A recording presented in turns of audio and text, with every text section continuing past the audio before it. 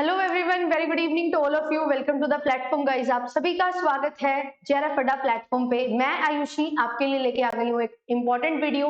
ये वीडियो आप सभी एस्पिरेंट जो भी जून 2024 के लिए एग्जामिनेशन की प्रिपरेशन कर रहे हैं, यूजीसी नेट एग्जामिनेशन देना चाहते हो, अगर जून 2024 में क्लियर करना चाहते हो तो कुछ चीजें जो आपको अपनी तैयारी में एड ऑन करनी चाहिए, वो चीजें आपके साथ मैं डिस्कस करने वाली हूँ। ये वीडियो आपके लिए बहुत ज्यादा इंपॉर्टेंट होने वाली है, क्योंकि जिस तरीके से पैटर्न में चेंज हो रहा है और जैसा कि हम जानते हैं कि सिलेबस भी अपडेट होने वाला है, तो दिसंबर 2023 का जिस तरीके का पेपर रहा, जो स्टूडेंट्स ने बताया कि किस लेवल के क्वेश्चंस पूछे गए थे, किस तरीके से फ्रेमिंग की गई थी, वो सारी चीजें आज मैं आपके साथ डिस्कस करने वाली हूँ। मेरा नाम आयुषी है, आपके लिए पेपर 1 एंड पेपर 2 कॉमर्स की क्लासेस लेके आती हूँ। तो जो भी स्टूडेंट्स कॉमर्स से हैं वो मुझे फॉलो कर सकते हैं। आपके लिए डेली क्लासेस होती हैं कॉमर्स स्पॉटलाइट बाय जेआरएफ अड्डा चैनल पे। यहाँ पे आप मुझे फॉलो कर सकते हैं, चैनल को सब्सक्राइब कर सकते हैं, सो दैट आपको सारी नोटिफिकेशंस टाइम टू टाइम मिलती रहे और आप अच्छे तरीके से अपनी तैयारी कर सके। और साथ ही साथ हमारे पास यहाँ पे जेआरएफ अड्डा एप्लीकेशन भी है। अगर आपने एप्लीकेशन को अभी तक डाउनलोड नहीं किया है, कर लीजिए, क्योंकि यहाँ पे आपको प्रीवियस ईयर पेपर मिल जाएंगे और प्रीवियस ईयर पेपर आपको बहुत ज्यादा हेल्प करेंगे अच्छे से तैयारी करने में, लेवल ऑफ क्वेश्चंस को जज करने में। तो 2019 से लेके 2023 तक के क्वेश्चंस आपको यहाँ पे मिल जाते हैं एंड क्लासेस की पीडीएफ भी आपको यहाँ से एक्सेस हो जाती है। अब हमारा जो मेन पॉइंट है वो है कि हमें नेट जेआरएफ करना है जून 2024 में। तो क्या चीजें हैं जो हमें ध्यान में रखनी होंगी, किन चीजों का ध्यान रखते हुए हम अपनी तैयारी को अच्छे तरीके से कर सकते हैं, वो आज का मेन डिस्कशन हमारा रहेगा। तो जून 2024 में ऐसा क्या अलग है मैम कि क्यों हमें ये कुछ चीजें हैं जो ऐड ऑन करनी पड़ेंगी। मैं आपको बताती हूँ, सिंपल सी बात है कि यहाँ पे सिलेबस चेंज होगा, और अगर सिलेबस चेंज होता है, आई मीन टू से कि सिलेबस में कुछ ना कुछ चेंजेस हमें देखने को मिलेंगे, अपडेशन हमें देखने को मिलेगी। तो ये जो सिलेबस में अपडेशन होगी वो किस तरीके से हो सकती है, ध्यान रखिएगा इस चीज का। हमारा जो कॉमर्स का पेपर है बहुत वास्ट है, जनरल पेपर भी बहुत वास्ट है, 10 यूनिट यहाँ पे आती है। और सभी, अगर मैं कॉमनली बात करूँ कि सभी जो पेपर 1 एंड पेपर 2 होते हैं, पेपर 1 हमारा जनरल पेपर है, उसका सिलेबस बहुत ज्यादा होता है ऑब्वियसली, एंड जो पेपर 2 है वो अपने आप में ही बहुत बड़ा सिलेबस ऑक्यूपाई करता है। जो आप अपनी 11th 12th से लेके ग्रेजुएशन पोस्ट ग्रेजुएशन में पढ़ते हो, वो सारी चीजें आपको इस एग्जामिनेशन के लिए पढ़नी पड़ती है। तो अगर ये हमारी डेस्टिनेशन है, तो हमें इस डेस्टिनेशन तक पहुंचने के लिए अपनी जर्नी में कुछ चीजें ऐड ऑन करनी पड़ेंगी, और उन चीजों को ऐड ऑन करके हम अपनी जर्नी को बहुत अच्छे से स्मूथली कवर कर सकते हैं, तय कर सकते हैं, और अपना जो ड्रीम है, टारगेट है नेट जेआरएफ को क्लियर करना, उसको हम पूरा कर सकते हैं। तो यही सारी चीजें मैं आपको बताने वाली हूँ कि सिलेबस अपडेट होगा तो क्या क्या चीजें आपको ध्यान में रखनी है। उससे पहले थोड़ा सा आपको बता देती हूँ कोर्सेज के बारे में, जो भी जून 2024 के लिए प्रिपरेशन कर रहे हैं। तो आपके लिए कोर्सेज 18 दिसंबर से स्टार्ट हो रहे हैं, बहुत जल्दी आपके लिए कोर्सेज स्टार्ट हो जाने वाले हैं। जेआरएफ अड्डा एप्लीकेशन को डाउनलोड कर लीजिए एंड डाउनलोड करके आप ये डिफरेंट 8 पेपर 2 है जो आपको ऑफर किए जाते हैं पेपर 1 के साथ। तो पेपर 1 प्लस पेपर 2 का आपको ऑफर कॉम्बिनेशन मिल जाता है, ऑफरिंग्स आपके सामने हैं। केवल अगर पेपर 2 लेना है या केवल पेपर 1 लेना है, वो भी आप ले सकते हो। पेपर 1 एंड पेपर 2 में कंप्लीट ये सारी चीजें आपको मिलती हैं। कोई भी टेस्ट सीरीज होंगी वो आपको मिलेंगी पेपर 1 पेपर 2 की। हैंडबुक्स जो होती हैं वो आपको मिलती है हार्ड कॉपी में। क्रैश कोर्स आपको मिल जाएगा, जो रिविजन कोर्स हम लेके आते हैं हर बैच के लिए, वो कोर्स भी आपको मिलेगा। एंड आपके लिए लाइव क्लासेस होंगी, doubt clearing session, PYQ solving session, expected questions हम सॉल्व करेंगे, एंड रिकॉर्डेड क्लासेस आपको मिल जाएंगी जो कोर कंटेंट है उसकी। एंड और भी आपको लाइव क्लासेस मिलेंगी, जो भी अपडेशन होंगी वो सारा आपको लाइव क्लासेस में कवर करवाया जाएगा। तो ये पूरा का पूरा कॉम्बिनेशन है जो आपके लिए है। केवल पेपर 2 अगर आप लेना चाहते हैं, केवल पेपर 2 ले सकते हैं। पेपर 1 लेना चाहते हो सिर्फ और सिर्फ, तो पेपर 1 भी आप ले सकते हो। 20% का आपको अभी डिस्काउंट मिल रहा है 18 दिसंबर तक। अगर आप सब्सक्रिप्शन लेते हैं तो एटम कोड यूज करके आप 20% का डिस्काउंट यहाँ पे ले सकते हैं। Paper 1 paper 2, paper 1 and paper 2, ये सभी ऑफरिंग्स आपके लिए हैं। ठीक है, तो चलिए अब बात कर लेते हैं कि किस तरीके से चीजें रहेंगी, क्या चीज इंपॉर्टेंट है। सबसे पहली चीज जो मैंने यहाँ पे मार्क की है, दैट इज करंट अफेयर्स। अगर आप अब एग्जामिनेशन देना चाहते हैं तो ऐसा नहीं है कि जो आपके सिलेबस में प्रिस्क्राइब्ड है चीजें वो इनफ है। जो सिलेबस में चीजें प्रिस्क्राइब्ड है वो तो हमारा बेस है, वो कोर बनाएगा, हमारा कंटेंट तैयार करेगा, बट उसको कैसे करंट अफेयर्स से रिलेट करके क्वेश्चंस पूछे जाते हैं वो अब बहुत ज्यादा इंपॉर्टेंट हो गया है। इकोनॉमिक्स में भी, इंटरनेशनल बिजनेस में अगर मैं पेपर 2 की बात करूं, तो जो भी रिसेंटली चीजें हुई हैं उनका क्या इम्पैक्ट पड़ता है, और उसको हमारी जो थ्योरीज है उनसे रिलेट करके आपसे चीजें पूछी जा रही है। केस स्टडीज अब हमें करना जरूरी हो गया है, क्योंकि केस स्टडी से भी क्वेश्चन बनते हैं। अब जैसे हम बात करें कि हमारे पास डिफरेंट थ्योरीज होती है, तो वो थ्योरी किस तरीके से डेवलप की गई उसकी भी थोड़ी सी आपको इंसाइट्स होंगे, तो आप बहुत अच्छे से उन चीजों को कवर कर पाओगे। तो यहाँ पे आपको ध्यान रखना है कि जो करंट अफेयर्स हैं वो बहुत ज्यादा इंपॉर्टेंट हमारे लिए हो जाते हैं। कोई भी इंटरनेशनल बिजनेस हम पढ़ते हैं तो उसमें कुछ भी चेंजेस हमारे पास आए हैं, ग्लोबलाइजेशन होता है, कुछ ना कुछ डेली बेसिस पे नई नई चेंजेस आते हैं, तो वो सारे चेंजेस हमें पता होने चाहिए कि क्या चीजें हुई हैं, सो दैट जो क्वेश्चन वहां से रिलेट करके बने उनको हम कवर कर सके। जो इंपॉर्टेंट टर्मिनोलॉजीज हैं वो आपको पता होनी चाहिए, सो दैट आप अवेयर रहो अपनी इकोनॉमी को लेके, अपने जो ग्लोबलाइजेशन में क्या क्या चीजें हो रही है, इंटरनेशनल ट्रेड में क्या क्या चीजें नहीं हो रही हैं, उनको लेके कौन से बड़े बड़े अमलगमेशन हो रहे हैं, मर्जर हो रहे हैं, सो दैट आप उनको थोड़ा पढ़ के रिलेट कर सको जो आप थ्योरी पढ़ते हो उसके साथ, एंड देन उसको अच्छे से रिलेट करके जो एग्जामिनेशन में आपसे क्वेश्चन फ्रेम किए जाते हैं उनको आप अच्छे तरीके से कर सकते हो। तो करंट अफेयर्स यहाँ पे इंपॉर्टेंट हो जाते हैं पेपर 1 के लिए भी एंड पेपर 2 के लिए भी। पेपर 1 में करंट अफेयर्स क्या होते हैं, जैसे कि डिजिटल इनिशिएटिव्स आ जाना, ठीक है, और इसके साथ साथ कोई भी आईसीटी हो गया, ठीक है, हायर एजुकेशन है, उसमें कुछ भी नई चीजें ऐड ऑन होना, कोई नई स्कीम्स आना, पीपल डेवलपमेंट एनवायरनमेंट में कुछ नया, कोई प्रोटोकॉल साइन होना, कोई कन्वेंशन बनना, कोई अग्रीमेंट बनना, वो सारी चीजें आपके यहाँ पे करंट अफेयर्स में आती हैं। एंड पेपर 2 में भी एक कॉमर्स एक बहुत वास्ट सब्जेक्ट है अपने आप में, तो उसमें जो भी चीजें अपनी डेली रूटीन में हो रही हैं, जो भी नई नई बैंकिंग की अगर मैं बात करूं, इसमें भी नई नई हमारे पास जो इनिशिएटिव्स होते हैं, जो डिफरेंट इनोवेशंस होती है, वो सभी हमें ध्यान में रखनी है। तो करंट अफेयर्स बहुत ज्यादा इंपॉर्टेंट पार्ट बनता है। अगर आप जून 2024 की तैयारी कर रहे हो तो आपको जो करंट में चीजें हुई हैं उनकी नॉलेज होना भी बहुत ज्यादा जरूरी है। करंट चेयरपर्सन कौन है, ठीक है, किसी भी कोई भी आयोग है उसका, कोई भी कमीशन है, क्या क्या नए नए चेंजेस हुए हैं एक्ट्स में, हम लीगल पढ़ते हैं उसमें इतने सारे एक्ट्स हैं, उसमें अपडेशन होती रहती है, उनसे आप अवेयर होने चाहिए। इनकम टैक्स में नई नई स्कीम्स आती हैं, ठीक है, उनसे क्वेश्चंस बनते हैं, उनसे आप अवेयर होने चाहिए। ऐसा नहीं है कि ये अभी से बनना स्टार्ट हुआ है, ये स्टार्टिंग से ही है, बट इनका जो वेटेज है वो बहुत ज्यादा इंक्रीज हो चुका है, ठीक है। तो वेटेज पे हमें यहाँ पे बात करनी है, वेटेज बहुत ज्यादा इंक्रीज हो चुका है। तो अगर आप अब नेट जेआरएफ करना चाहते हो तो ये सारी चीजें आपको ध्यान में रखनी पड़ेंगी अगर आप एज लेना चाहते हो बाकी सभी बच्चों से। एज बी ऑल नो 6% हमारा रिजल्ट जाता है नेट का, तो अगर आपको टॉप 6% में आना है तो ये एडिशनल एफर्ट्स आपको करने पड़ेंगे। एंड अगर आप टॉप 1% में आना चाहते हो तो 1% के लिए तो आपको ये चीजें करना बहुत ज्यादा जरूरी हो जाता है। इनके लिए मैं आपको सजेस्ट करूंगी कि हमारे पास डिफरेंट एप्लीकेशंस है, जैसे कि इन शॉर्ट है, वहां पे आपको 30 सेकंड में एक बहुत न्यूज जो है वो बताई जाती है, ठीक है, बहुत ही लिमिटेड वर्ड्स में आपको एक न्यूज के बारे में बताया जाता है, तो वहां से आप अवेयर हो सकते हो। न्यूज़पेपर रीडिंग की हैबिट डेवलप करो, ठीक है, जो न्यूज चैनल्स होते हैं जहां पे बिजनेस की बातें होती हैं वो न्यूज चैनल्स देखो, सो देट आप अवेयर रहो कि क्या चीजें एक्चुअल में अभी हो रही हैं, जो करंट में चीजें चल रही हैं उन चीजों से रिलेट करके आप अच्छे से पढ़ सको। ये मेरा एक सबसे इंपॉर्टेंट पॉइंट है कि करंट अफेयर्स को आपको याद बिल्कुल ऐड ऑन करना है अपनी तैयारी में, और आप अवेयर होने चाहिए कि क्या चीजें आपके अराउंड हो रही हैं, आपकी सराउंडिंग्स में क्या क्या चीजें हो रही हैं, सो दैट आप अच्छे से उनके बारे में अवेयर होके जो एग्जामिनेशन में करंट से रिलेटेड चीजें पूछी जा रही हैं उनको अच्छे से कवर कर सको।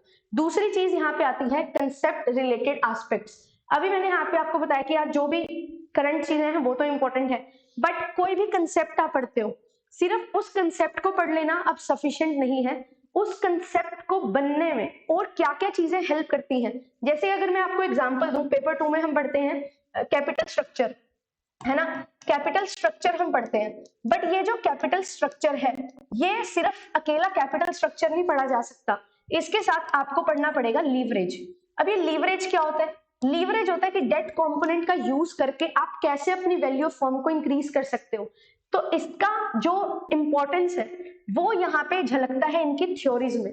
तो आपके लिए अब इंपॉर्टेंट चीज क्या हो जाती है कि सिर्फ कैपिटल स्ट्रक्चर नहीं हमें पढ़ना, कैपिटल स्ट्रक्चर के साथ साथ हमें लीवरेज भी पढ़ना है, सो दैट हम अच्छे तरीके से जो कंसेप्ट है उससे कुछ भी एस्पेक्ट पूछा जाए उससे हम रिलेट कर सकें। और ये चीज मैं आपको विद प्रूफ दिखाऊंगी जब आंसर किया जाएगी ना, हमारे पास एग्जैक्ट क्वेश्चन होगा, क्योंकि ये क्वेश्चन बना है। किस तरीके से क्वेश्चन बना, लीवरेज का क्वेश्चन नहीं पूछा गया, बट आपसे ये जरूर पूछा गया कि वैल्यू ऑफ फर्म सबसे ज्यादा होगी एनआई अप्रोच के अकॉर्डिंग कब, जब आप डेट सारा का सारा ले लोगे, तो डेट सारा का सारा लेना, उससे क्या होता है, वैल्यू ऑफ फर्म सबसे ज्यादा बढ़ती है। क्यों? क्योंकि नेट इनकम अप्रोच यही बोलती है कि जितना ज्यादा डेट होगा उसकी कॉस्ट कांस्टेंट होती है, तो आपकी ओवरऑल कॉस्ट ऑफ कैपिटल कम हो जाती है एंड वैल्यू ऑफ फर्म आपकी बढ़ जाती है। तो ये चीज, ये जो कंसेप्ट है, ये कंसेप्ट कंबाइनली अगर मैं पढ़ूं, और मैं हमेशा ये कंबाइनली ही पढ़ाती हूँ क्योंकि जो लीवरेज है इसका बहुत ज्यादा इंपॉर्टेंट रोल है। तो अगर मेरे को इन थ्योरीज को इन्फ्रेंस ड्रॉ करने हैं उन थ्योरीज के, तो ये टॉपिक मेरे लिए बहुत ज्यादा इंपॉर्टेंट हो जाता है। और ना कि सिर्फ एक ये टॉपिक है, बहुत सारे और टॉपिक है हमारे पास न्यूमेरिकल टॉपिक्स बहुत सारे होते हैं।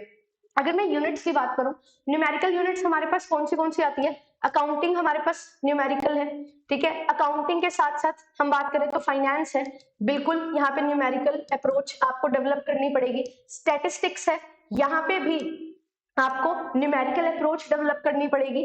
देन इसके बाद अगर हम बात करें तो हमारे पास निकल के आता है टैक्सेशन।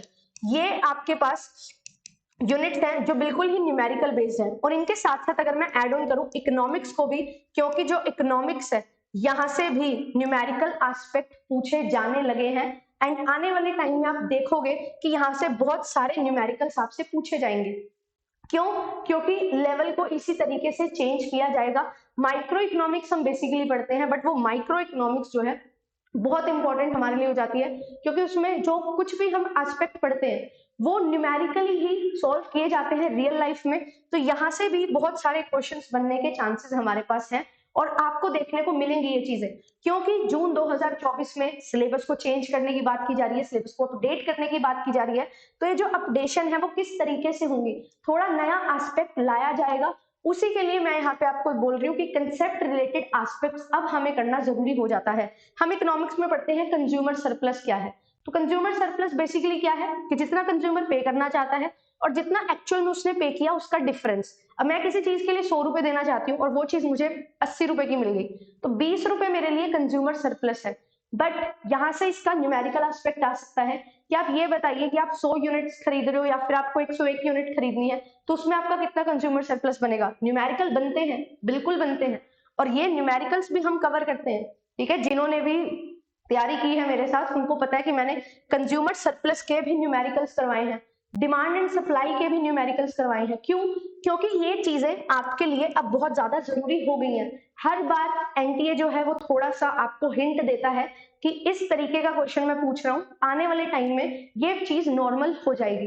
तो हमें भी वही चीजों को ध्यान में रखते हुए तैयारी अच्छे से करनी है, बेसिक्स आपको क्लियर करने हैं। तो मैं बार बार यही चीज बोलूंगी, 11th क्लास से लेके मास्टर्स तक जितने भी आपने सब्जेक्ट्स पढ़े हैं all are very very important. अगर आप आज से तैयारी स्टार्ट कर रहे हो, ये मत सोचो कि मैंने 11th 12th में बहुत अच्छा पढ़ा था, ग्रेजुएशन में बहुत अच्छा पढ़ा था, पोस्ट ग्रेजुएशन में बहुत अच्छा पढ़ रखा है, तो सिर्फ और सिर्फ जो सिलेबस में मेंशन है चीजें उनको ही कवर करना है। नहीं, सिलेबस के साथ साथ बहुत सारी चीजें एडिशनली आपसे पूछी जाती हैं जो इंप्लाइड है, आपके सिलेबस में एटसेट्रा करके लिख दी जाती हैं, रिलेटेड टॉपिक्स करके लिख दिया जाता है। तो वो क्या चीजें हैं? वो है बिल्कुल बेस से, बिल्कुल कोर से स्टार्ट करना चीजों को एंड देन उसको अच्छे तरीके से पढ़ते हुए चलना। मैं नहीं बोलती कि इस एग्जामिनेशन के लिए आपको सिर्फ कोर्सेज ही बाय करने पड़ेंगे, नहीं, आप सेल्फ स्टडी से करो, बट सेल्फ स्टडी एक तरीके से करनी पड़ेगी। 11वीं से लेके मास्टर्स तक सारा सिलेबस पढ़ना पड़ेगा। अगर आप कुछ भी स्किप करते हो ना, इट मीन्स कि आप कहीं ना कहीं गड़बड़ कर रहे हो, क्योंकि आपको नहीं पता कौन सा कंसेप्ट पूछ लिया जाए, ठीक है। हम एडमिशन रिटायरमेंट पढ़ते हैं, ठीक है, हमारे पास डेजोल्यूशन भी होता है, ठीक है, dissolution of forms, but syllabus में मेंशन नहीं है तो हम नहीं करके जाते, बट क्वेश्चन वहां से पूछे जाते हैं, ठीक है। एडमिशन और रिटायरमेंट में गेनिंग रेशियो, सैक्रिफाइसिंग रेशियो पढ़ते हैं हम, कंबाइंड क्वेश्चन नहीं हम पढ़ते कि गेनिंग और सैक्रिफाइसिंग रेशियो जब दोनों निकालनी हो, ठीक है। हम ये नहीं पढ़ते कि जो हमारे पास रूल्स हैं वो तो ठीक है कि लोन अगर दिया हुआ है पार्टनर ने तो 6% का उसको ब्याज दिया जाएगा, पर अगर पार्टनरशिप डीड में लिखा ही नहीं हुआ तो नहीं दिया जाएगा। ये चीज भी आपको समझनी पड़ेगी। और ये कंसेप्ट कहाँ दिए जाते हैं? ये 11th और 12th के बुक्स में दिए जाते हैं, ये ग्रेजुएशन पोस्ट ग्रेजुएशन की बुक्स में बहुत कम लिखे होते हैं। तो ये चीजें आपको यहाँ पे हेल्प करेंगे, जो कोर होगा वो आपको 11th 12th का हेल्प करेगा, ठीक है। और अभी तो ऐसा है कि जब हम 11th 12th में फाइनेंशियल अकाउंटिंग करते हैं तो वहां पे हम बनाते हैं ना trading and profit and loss account, तो उससे रिलेटेड भी कहीं ना कहीं क्वेश्चन आपसे पूछे जाते हैं। तो एग्जामिनर यही चाहता है, कंपटीशन बहुत ज्यादा बढ़ रहा है, तो उसको चाहिए कि मेरे पास एक ऐसा स्टूडेंट हो, एक ऐसा एस्पिरेंट हो जो ये सारी चीजों को समझता हो, उसने बहुत अच्छे से सारी चीजें कवर की हो। तो आप अभी प्रीवियस ईयर क्वेश्चन के बेसिस पे नहीं अपना सिलेबस डिफाइन कर सकते, क्योंकि प्रीवियस ईयर में बहुत कुछ पूछा जाएगा। ठीक है, हमारा जो सब्जेक्ट है पेपर 1 पेपर 2 वो बहुत ज्यादा वास्ट है। पेपर 1 में चीजें जो सिलेबस में मेंशन है वो भी पूछी जाती है, प्लस एक्सेट्रा करके जो दिया जाता है उसमें कुछ भी पूछ लिया जा सकता है। और ये क्यों होता है ऐसा? क्योंकि नंबर ऑफ शिफ्ट्स बहुत ज्यादा होती है। ठीक है, अगर हम कंपेयर करें 2021, 22, 23 को, तो 2021 में सबसे ज्यादा शिफ्ट हुई थी 32 शिफ्ट या आई थिंक 35 शिफ्ट, और फिर 2022 में 24 शिफ्ट हुई थी। 2023 में थोड़ी कम हुई। अब दिसंबर 2023 में सबसे कम शिफ्ट हुई। अगर हम 3 साल का डेटा निकालूं तो वहां पे हमें जो क्वेश्चंस हैं वो बहुत ज्यादा अलग नहीं देखने को मिले। किसी भी एस्पिरेंट से, जितनों से भी मैंने बात की, तो वही था कि टॉपिक वही आ रहे हैं बार बार। ठीक है, जो ऑलरेडी हमसे पूछे गए हैं, कोई नया टॉपिक नहीं टच किया गया है।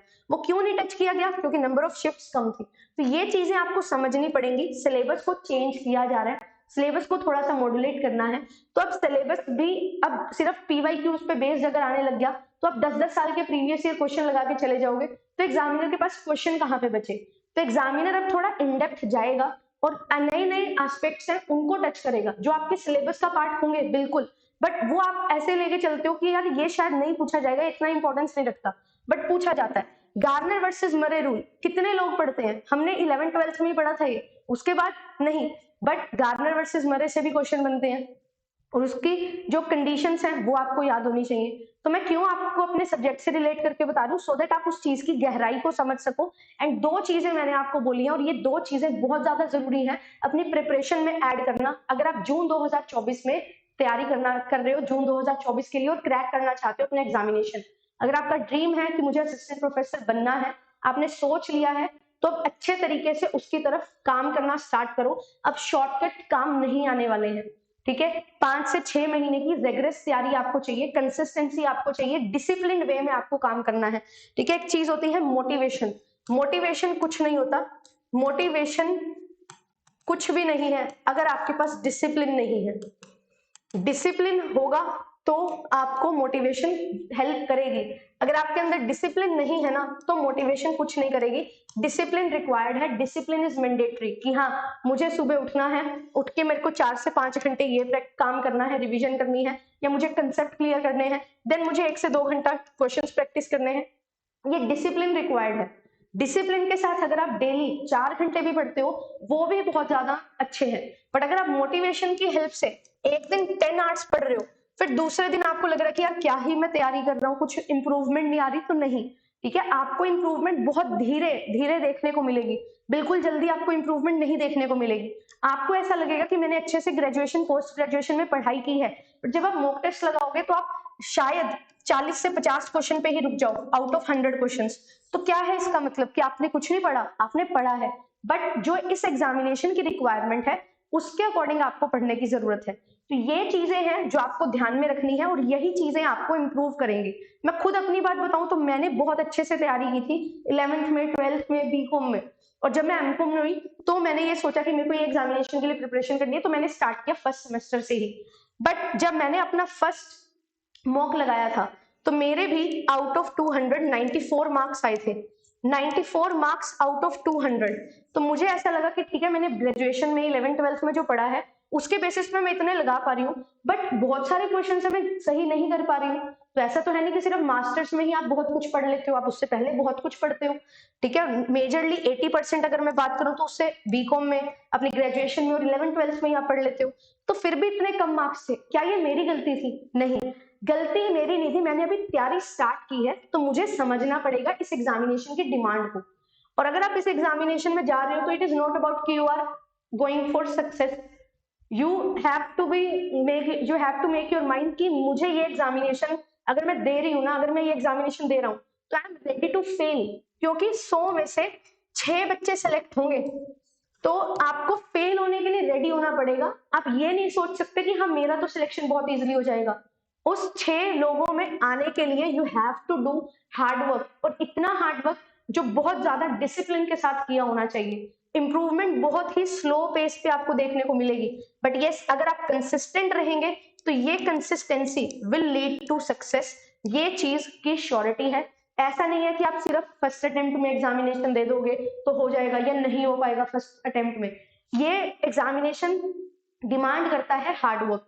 आप वो हार्डवर्क 4 महीने में कर लो, वो सेम हार्डवर्क आप 1 साल में कर लो, और वो सेम हार्डवर्क आप 2 साल में कर लो। ये आपके ऊपर डिपेंड करता है कि आप कितना समय लेने वाले हो, 2 महीने, 4 महीने, 6 महीने, या 1 साल या 2 साल। तैयारी करने के लिए मेहनत बहुत ज्यादा चाहिए, कंसिस्टेंसी चाहिए, रेगुलरली फोकस होके पढ़ना बहुत ज्यादा जरूरी है। अगर आप ये सोच रहे हो कि ये क्वेश्चन करवाया गया है इस क्लास में, मेरे को इस क्लास में जाना है, ये क्वेश्चन करवाया गया इस क्लास में, तो आई एम रियली सॉरी, ऐसा नहीं हो पाएगा। आप खुद देखोगे आपकी तैयारी एक डायरेक्शन में नहीं चल पाएगी, आप बिखर जाओगे। आप एक डायरेक्शन में जा रहे हो, ठीक है, तो आप डेली बेसिस पे थोड़ा थोड़ा आगे जा रहे हो। बट अगर आप क्या कर रहे हो, यहां से निकले इधर चले गए, यहां से निकले इधर चले गए, यहां से निकले इधर चले गए, यहां से निकले इधर चले गए, तो आप सिर्फ इसने ही दायरे में रह गए। बट अगर डेली एक ही डायरेक्शन में चलते तो बहुत बहुत आगे आप चले जाते।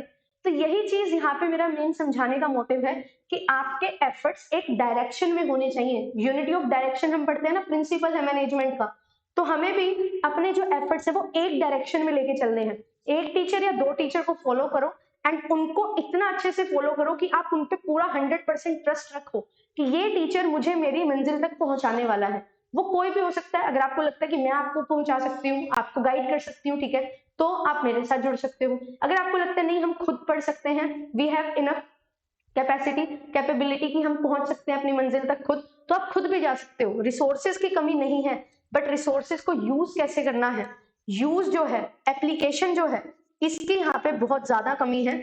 और इसके लिए आपको अवेयर होना पड़ेगा। जितना आप जल्दी अवेयर हो जाओगे उतना ही जल्दी आप अपना एग्जामिनेशन क्रैक कर लोगे।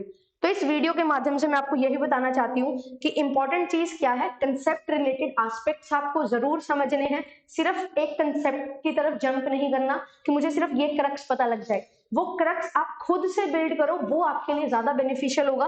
एंड करंट अफेयर्स की नॉलेज आपको होनी चाहिए। जितना अच्छे से करंट अफेयर्स को समझोगे, जितना करंट से रिलेट करके पढ़ोगे, जितना न्यूज को अच्छे से ध्यान से सुनोगे, उतना ही आपके लिए बेनिफिशियल होगा। और इसके लिए आपको ऐसा नहीं है कि बहुत ज्यादा समय देना है। डेली बेसिस पे 1 आवर आप अगर दे देते हो तो ये 1 आवर आपको बहुत ज्यादा हेल्प करेगा आपके सिलेक्शन में। तो वही चीज हमें करनी है, डेली 1 आवर देना है, और ये 1 आवर आपको हेल्प करने वाला है आपके सिलेक्शन में। तो इस वीडियो के माध्यम से यही चीज मैं बताना चाहती थी कि अपना जो टारगेट है उसको ध्यान में रखो, एंड उस टारगेट को पूरा करने के लिए अपने जो एफर्ट्स हैं वो एक डायरेक्शन में रखो। ठीक है, इधर उधर नहीं भटकने से कुछ नहीं होगा कि यहाँ से भी ये काम कर लेते हैं, ये काम कर लेते हैं। हाँ, आपको ऐसा लगता है कि मेरे को अलग अलग जगह से रिसोर्सेज लेने हैं, जो ऑब्वियस है, तो आप वो रिसोर्सेज कलेक्ट करोगे। बट ऐसा ना हो कि एक ही रिसोर्स 10 जगह से ले रहे हो। ठीक है, एक ही रिसोर्स को यूज कर रहे हो, एक यूनिट की प्रिपरेशन करने के लिए 10 क्लासेस देख रहे हो। एक यूनिट की प्रिपरेशन करनी है, एक क्लास देखो, उस क्लास को स्टार्टिंग से एंडिंग तक देखो कि जब टीचर अगर वो 5 लेक्चर ले रहा है ना, तो वो 5 के 5 लेक्चर आपको कवर करने हैं। ऐसा नहीं है कि 3-4 लेक्चर कवर किए फिर 2 छोड़ दिए फिर किसी और टीचर के पास चले गए। ऐसा अगर करोगे तो आपको खुद ही थोड़े टाइम में समझ आएगा कि मैं अपने साथ कर क्या रही हूँ या कर क्या रहा हूँ, यहाँ पे मुझे कुछ इंप्रूवमेंट दिखाई नहीं दे रही। इंप्रूवमेंट तभी दिखाई देती है जब आप लगातार एक तरीके से ही पढ़ते रहोगे। इंप्रूवमेंट तभी दिखाई देगी जब आप डिसिप्लिन वे में पढ़ते रहोगे। तो ये सारी चीजें ध्यान में रखनी है। और अगर आपको लगता है कि हम आपके साथ तैयारी करवाने में, आपकी तैयारी करवाने में हम अपना एफर्ट दे सकते हैं, तो यस बिल्कुल, मैं ये चीजें अपनी जो कोर्सेज है उनमें अभी तक भी करती आई हूँ। ठीक है, ऐसा नहीं है कि मैंने जो चीजें कवर की हैं वो सिर्फ प्रीवियस ईयर पे बेस्ड है। मैं हमेशा यही ऐसे ही पढ़ा मैंने कि एक लेवल अप पढ़ो, और ऐसे ही मैं पढ़ाती हूँ कि एक लेवल अप पढ़ो, सो दैट जो फ्यूचर में क्वेश्चंस बन सकते हैं उनका भी हम थोड़ा सा आइडिया लेते हुए चले, उनके लिए भी हम तैयार रहें और उनको भी हम प्रिपेयर करते हुए चले। तो अभी आपके लिए ऑफरिंग्स है, ठीक है, 20% डिस्काउंट भी चल रहा है। अगर आप लेना चाहते हो कोर्सेज तो you can buy, atom code आप यूज कर सकते हैं। कॉमर्स के कोर्स में आपको सारी चीजें मिल जाएंगी, कुछ भी आपको खरीदने की जरूरत नहीं है। रिसोर्सेज की अगर मैं बात करूं तो आपको हैंडबुक प्रोवाइड की जाएंगी, पेपर 1 एंड पेपर 2 की, साथ ही साथ पीडीएफ्स तो आपको क्लासेस के साथ मिलती ही हैं। और ये हैंडबुक्स में जितना मटेरियल मैंने अपनी तैयारी के दौरान इकट्ठा किया था, पढ़ा था जहां जहां से, वो सारी चीजों को कंसोलिडेट करके एक हैंडबुक में आपके लिए लेके आऊंगी, यूनिट 1 से लेके यूनिट 10 तक। तो ये चीजें आपको मिल जाती हैं, अंडरलाइन करके पढ़ो, उसमें जो भी चीजें और ऐड ऑन करवाती हूँ उनको ऐड ऑन करो, सो दैट आपके पास प्रॉपर मटेरियल हो। एंड सेल्फ स्टडी बिल्कुल करनी है। अगर आप किसी कोर्स में एनरोल हो जाते हो इसका मतलब ये नहीं है कि आपको कुछ नहीं करना। आपको टीचर के साथ मिलके चलना है। टीचर इज अ फैसिलिटेटर, जो अपने एक्सपीरियंस से, जो उन्होंने अपनी जो भी तैयारी की थी उसमें सीखा, वो आपको सिखाएंगे, वो आपको बेस्ट कंटेंट प्रोवाइड करेंगे। कोई भी टीचर ऐसा नहीं होता जो कुछ भी आपको पढ़ाए। हर टीचर अपना जी जान लगा के कोर्स बनाता है और उस कोर्स को पूरा करवाता है। तो अब आपके ऊपर डिपेंड करता है, अगर आपको लगता है कि आप मेरे साथ जुड़ के पढ़ सकते हैं, मेरी गाइडेंस में पढ़ सकते हैं, मेरे पढ़ाने का तरीका आपको समझ आता है, तो you can consider subscribing to this course and आप एनरोलमेंट ले सकते हैं। ध्यान रखिएगा 20% का जो डिस्काउंट है वो आपको मिल रहा है 18 दिसंबर तक। केवल पेपर 2 लेना है, पेपर 1 की तैयारी खुद से कर सकते हो, तो पेपर 2 भी मिल जाएगा विद हैंडबुक, आपको कोर्सेज मिल जाएंगे, तो वो भी आप ले सकते हो, ये भी 20% डिस्काउंट के साथ है। तो ये सारी चीजें थी एंड हमें ध्यान रखना है, हमारी जो जर्नी है हमारी अब से लेके जून 2024 में नेट और जेआरएफ क्लियर करने की। तो ये चीजें जो इस वीडियो में मैंने आपको बताई, आई होप कि ये सारी चीजें हेल्प करेंगी एंड आप जरूर इनको इंप्लीमेंट करेंगे। इंप्लीमेंट करके देखना, आपको खुद इंप्रूवमेंट दिखाई देगी। तो मिलूंगी आपसे नेक्स्ट सेशन में। Thank you so much, bye bye. And channel पे फर्स्ट टाइम आया है तो चैनल को सब्सक्राइब जरूर कर लेना। एंड कॉमर्स की क्लासेस रहती हैं शाम को 5 बजे, कॉमर्स स्पॉटलाइट बाय जेआरएफ अड्डा चैनल में, तो उस चैनल को आप सब्सक्राइब कर सकते हैं। कॉमर्स का बहुत सारा कंटेंट वहां पे है और ऑलरेडी है, और जून 2024 के लिए एक नई तरीके से, एक नए एंथुसियाज्म के साथ कोर्सेज स्टार्ट करने वाली हूँ यूट्यूब पे भी, तो you can join me there. Thank you so much, bye bye.